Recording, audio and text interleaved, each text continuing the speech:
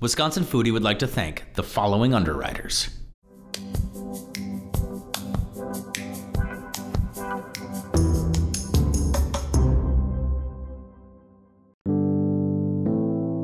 Today's journey takes us to Fort Atkinson, Wisconsin, home of Hoards Dairyman. Started in 1870, Hoards has served as a Bible of sorts for the dairy industry, influencing countless generations of dairy farmers across the planet. Today, we meet with managing editor Corey Geiger as he walks us through the farm, the process, the magazine, and of course, the cheese. Good morning, I'm Luke. Hi Luke, Corey Geiger. Welcome to the historic Hoards Dairyman farm in Fort Atkinson. This place is kind of ground zero for dairy innovation as far as the state of Wisconsin is concerned. It is. W.D. Hoard was the father of America's dairy industry and definitely Wisconsin's dairy industry. And it really all started here at the Hoards Dairyman farm and at our publishing plant, as the magazine that he founded in 1885 landed up going to over 100 countries around the globe by 1900. I've actually used Hoard's cheese. I know the magazine publication. Does all of that all happen right here? Fort Atkinson is the epicenter for Hoard's, the W.D. Hoard and Sons company dating all the way back to 1870, but this farm has evolved and changed just like Wisconsin's dairy industry, and today we even milk with robots. I want to see the changes, the innovation, how it's all come to be, because I think this is an unusual historical perspective that people really need to experience. This is an impressive facility. Well, thank you. We built it a few years ago. It's really the next generation of dairy farming here. It houses our automated milking system, and we got room for about 300 cows in here. I love the scrubber brushes. I mean, this is kind of like a modern day spa for the animals. Can you talk me through some of the things that I'm actually looking at and seeing that have improved the lives of the animals and have made better milk? Well, we have curtain sidewalls here. They're electronically controlled based on the temperature. They're wide open because we're in the summer. And then we have a series of 24 fans through here moving air at about 15 miles an hour. We have sand in our free stalls here. Great comfort for cows, and all the way back to Hoard, we talked about comfort for over a century. And then you'll see the cows have transponders on them. Is that what that bling is? Yep, that's the bling bling hanging under their chins there. And we're collecting data on them. We're learning if they're moving around, if they're healthy, if we need to have a little attention. But that transponder also interacts with the robots here, the automated milking systems that we have. We have 4 of those boxes. And that's how we are milking our cows today and collecting high quality milk to make St. Saviour and the other cheese varieties for the Hoards Dairyman Farm Creamery. In my mind's eye, I'm thinking like robot milker. I guess I'll wait for you to show me. Well, let's go look at it, because it's quite mind-boggling. All right, that's great. Well, we're in the epicenter of milking the Hoards Dairyman Farm Guernseys here, and this is our automated milking center. Some people would call it a robot center, but we got 4 stalls here, and the cows come and go as they please and get milked. So this cow just came into the automated milking system, and right now there's 1 teat cup that's going through, and first we're starting with applying teat dip, and then that individual cup is going through and sanitizing the teat ends, because that's where obviously the milk comes through.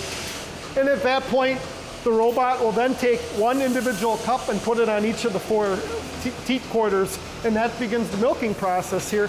That takes between 5 and 7 minutes for an average cow. And so the animals, they walk up by themselves? How do they know that they're ready to be milked? Yeah, this would be kind of called, some people would call it free flow, but well, when a cow gets a little pressure in the udder, they know that's time. Then you know what, we gotta have a little carrot for them too. So each of the cows, with those transponders that we talked about earlier, so the robot knows who they are, and they each get a little sweet treat, which is another enticement here. But it's a little bit of cow nature and some carrots in the form of greens. Sure. Even how the robot puts the cups on back to front, like there's no guesswork. It's all very, very methodical.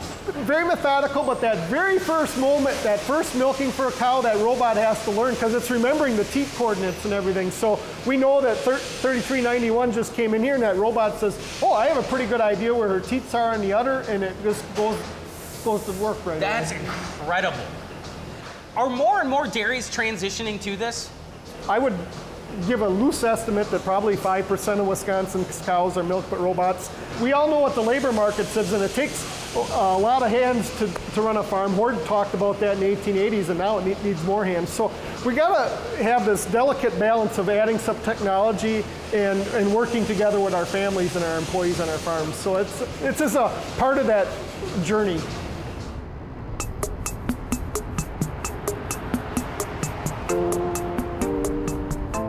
I'm Brian Knox. I'm the president of Hoards Dairyman. I'm the 5th president.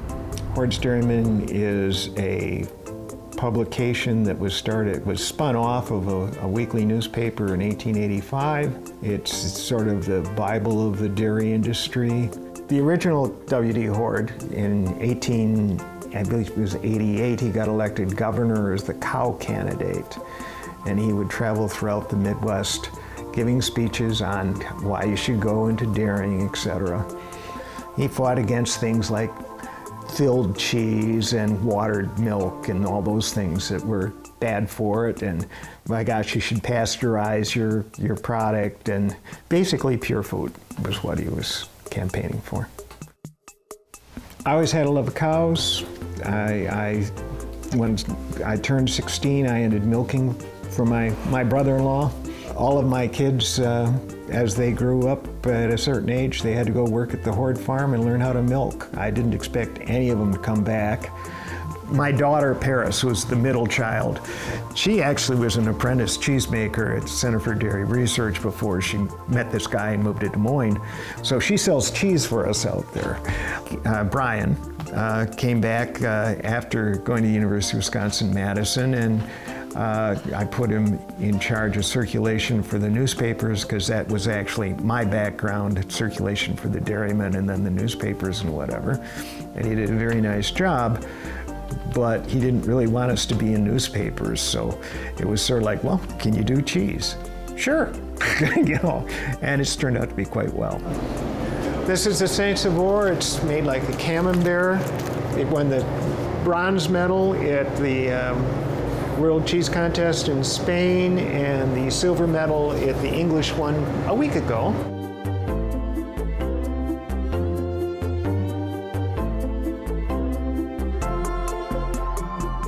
So right now I'm at Union Star's Willow Creek Creamery in Berlin, Wisconsin, and what we're about to do is take this milk from Hoards Dairy in Fort Atkinson. It's been cut into large curds, and I'm gonna take the stainless steel bucket here and basically scoop the curds, let the whey fall out, and then pour them into these molds. This, for me, is so cool. I love these soft cheeses, this camembert style. Something that has a lot of nuance. Seeing how this is made is a dream come true. John, how long have you been making cheese, brother? Well, I got my cheesemaker license in 2003 when I was 18, but I started helping out when I was 6 years old with my parents at the other factory.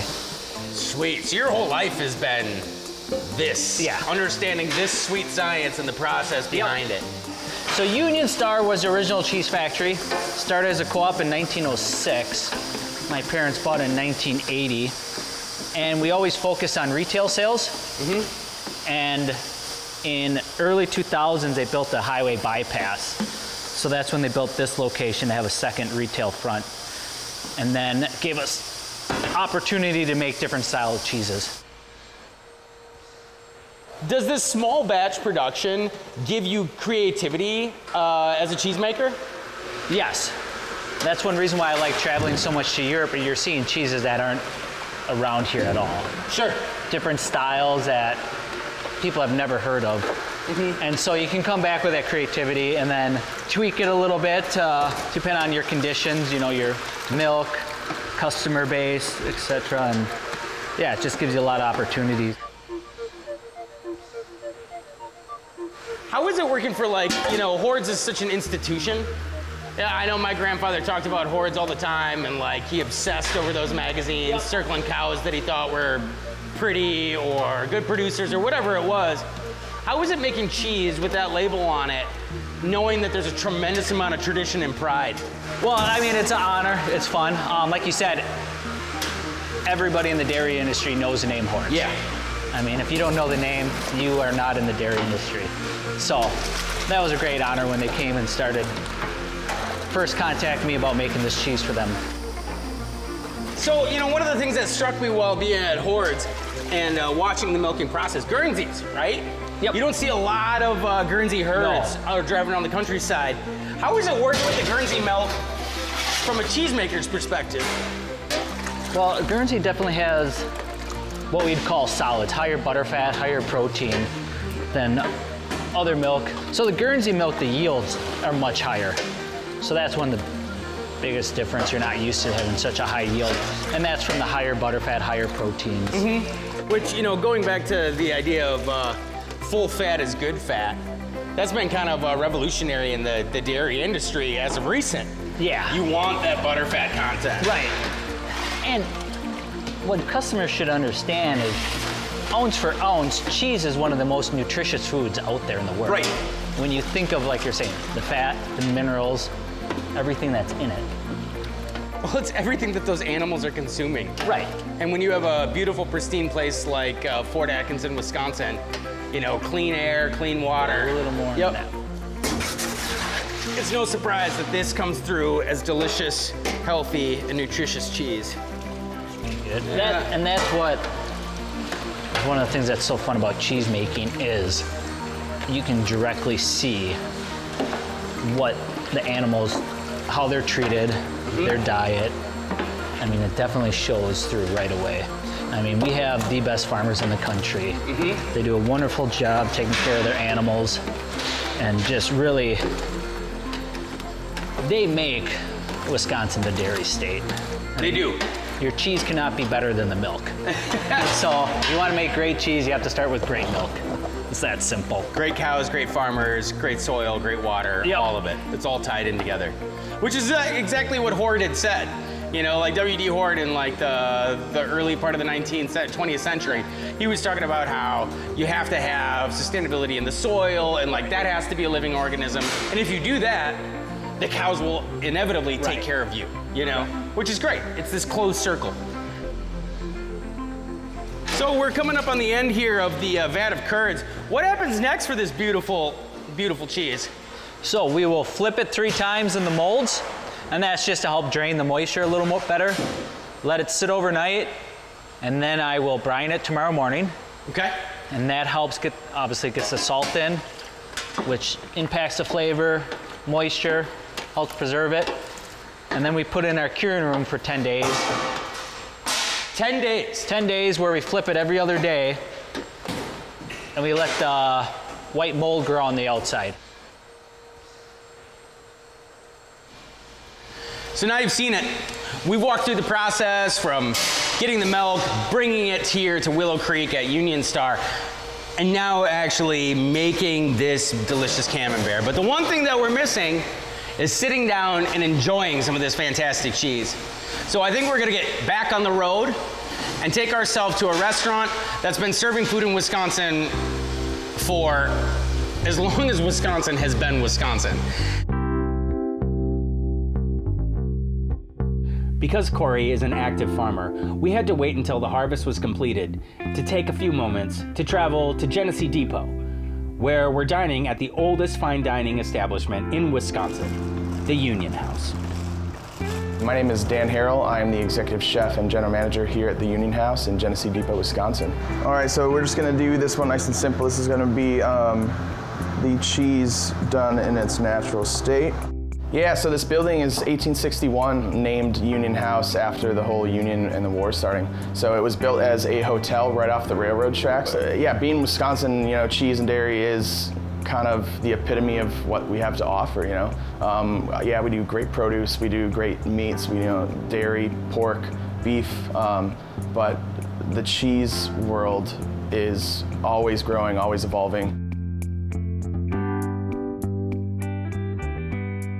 So the Saint Saviour, we prepare it, you can do it any way. You can eat it in its raw state, you can brulee it, you can do an encroute, which we decided to do today. In any aspect of that cheese, usually, you know, when you get into the double cream cheeses, the bries, they kind of tend to lack in flavor. But the thing is that this cream that they use to make this cheese is superior to anything else I've ever tried. Corey, we made it. We're at Union House in Genesee Depot. And I gotta say, like, going from watching the animals, the milk being produced, the milk being trucked up to Willow Creek, the cheese being made, and then having the opportunity to see all the generations of knowledge and information that have been sifted and winnowed into this one product, I can't believe that I haven't tasted it yet, quite honestly. Well, I'm excited for you to have that opportunity, and it's great to be at the Union House here, and it's kind of a great tie-in with the history of when this place started, and almost syncs directly up with the Hoards Dairyman company as well. And oh man, look at that. There we are. Hey, This is St. Saviour. Yeah, we're gonna be pairing that with a fennel and pearland starter today. So this is to try it in that natural raw state, and then I'm gonna be doing something special, more like an en croûte homage to that. So enjoy. So this cheese, we can see right now, like, I love that fudgy center. I mean, it's gorgeous. And the rind on this, that mold is definitely part of the cheesemaker's ambition and vision. So do you eat the rind? I absolutely eat the rind, and it's pretty unique in cheese making because sometimes mold is the enemy, but here it's our friend. And yeah. And the other beautiful thing about St. Saviour is as it's out on a plate a little bit longer, it'll start to melt and ooze, and it really lets out its qualities at that point.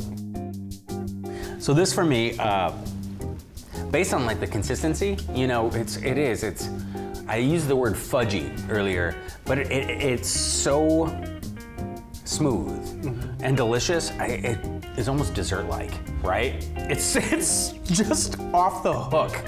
And that's what makes it so unique. I mean, it can start the meal, and it can bring the meal to fruition as a dessert as well. Super buttery notes, you know, good salt. You get a little bit of that lingering mold, but it's very, very lovely in the accent notes. You know, it's just a small spike of acidity on my palate. And it's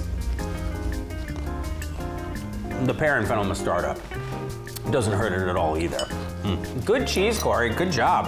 All right, so this is gonna be our hot preparation that we're gonna do the St. Saviour with. Really quick, all I'm gonna do to this is we're just shaving off the top of that.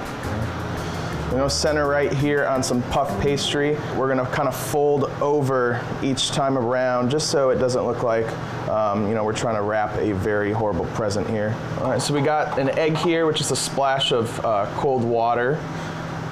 This egg wash is really gonna help that browning process as it bakes to create a nice golden crust, but also give it some sheen as well. And then we're gonna hit this after it's egg washed with some fleur de sel, some French gray sea salt. The salt's really gonna hold up to the baking process and not only season everything a little bit more, but also create some texture as well. All right, so now that we got it all seasoned up, we're gonna get it over onto just a really light greased parchment paper and tray. And this is going to be going in the oven for about 12 minutes. Halfway through that, we'll rotate it. Oh man, look at this.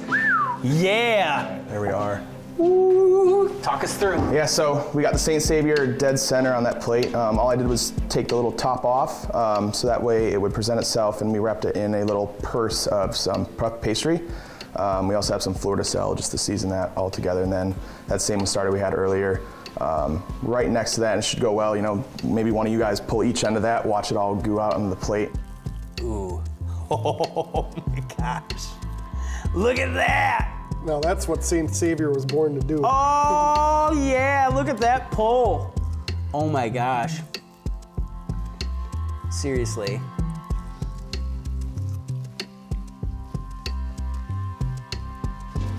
That's sinful. Like, there should be a law against that. It's so buttery and flaky and delicious, and I'm just talking about Corey.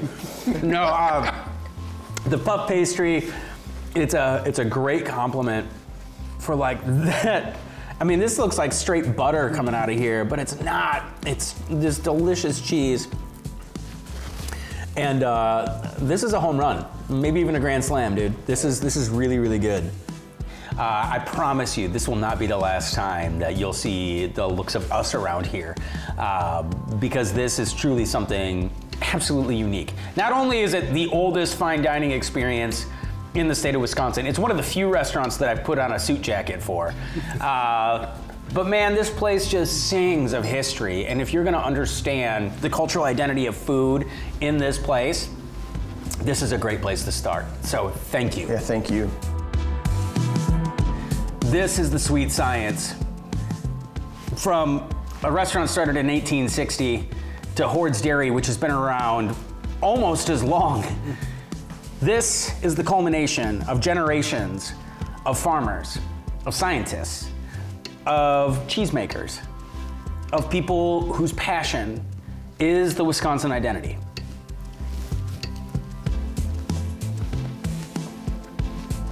And it's amazing.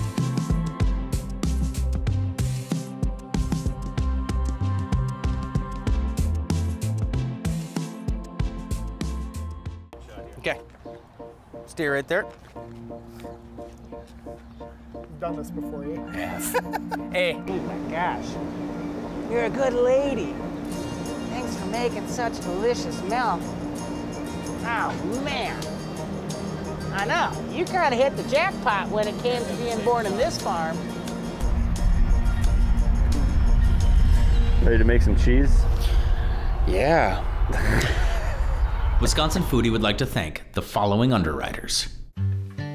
The dairy farmers of Wisconsin are proud to underwrite Wisconsin Foodie and remind you that in Wisconsin, we dream in cheese. Just look for our badge. It's on everything we make. I'm going out to pasture with the cows this morning. At Organic Valley, we're on a mission to save small family farms. Tasting pretty good? And you can join us. Girlfriend's on a mission. Organic Valley. 20-minute commutes, weekends on the lake, warm welcomes, and exciting career opportunities. Not to mention all the great food. There's a lot to look forward to in Wisconsin. Learn more at inwisconsin.com. Employee-owned New Glarus Brewing Company has been brewing and bottling beer for their friends only in Wisconsin since 1993. Just a short drive from Madison, come visit Swissconsin and see where your beer's made. Wisconsin's great outdoors has something for everyone. Come for the adventure, stay for the memories. Go wild in Wisconsin. To build your adventure, visit dnr.wi.gov. With additional support coming from The Conscious Carnivore. From local animal sourcing to on-site, high-quality butchering and packaging, The Conscious Carnivore can ensure organically raised, grass-fed, and healthy meats through its small group of local farmers. The Conscious Carnivore. Know your farmer, love your butcher. Additional support from the following underwriters.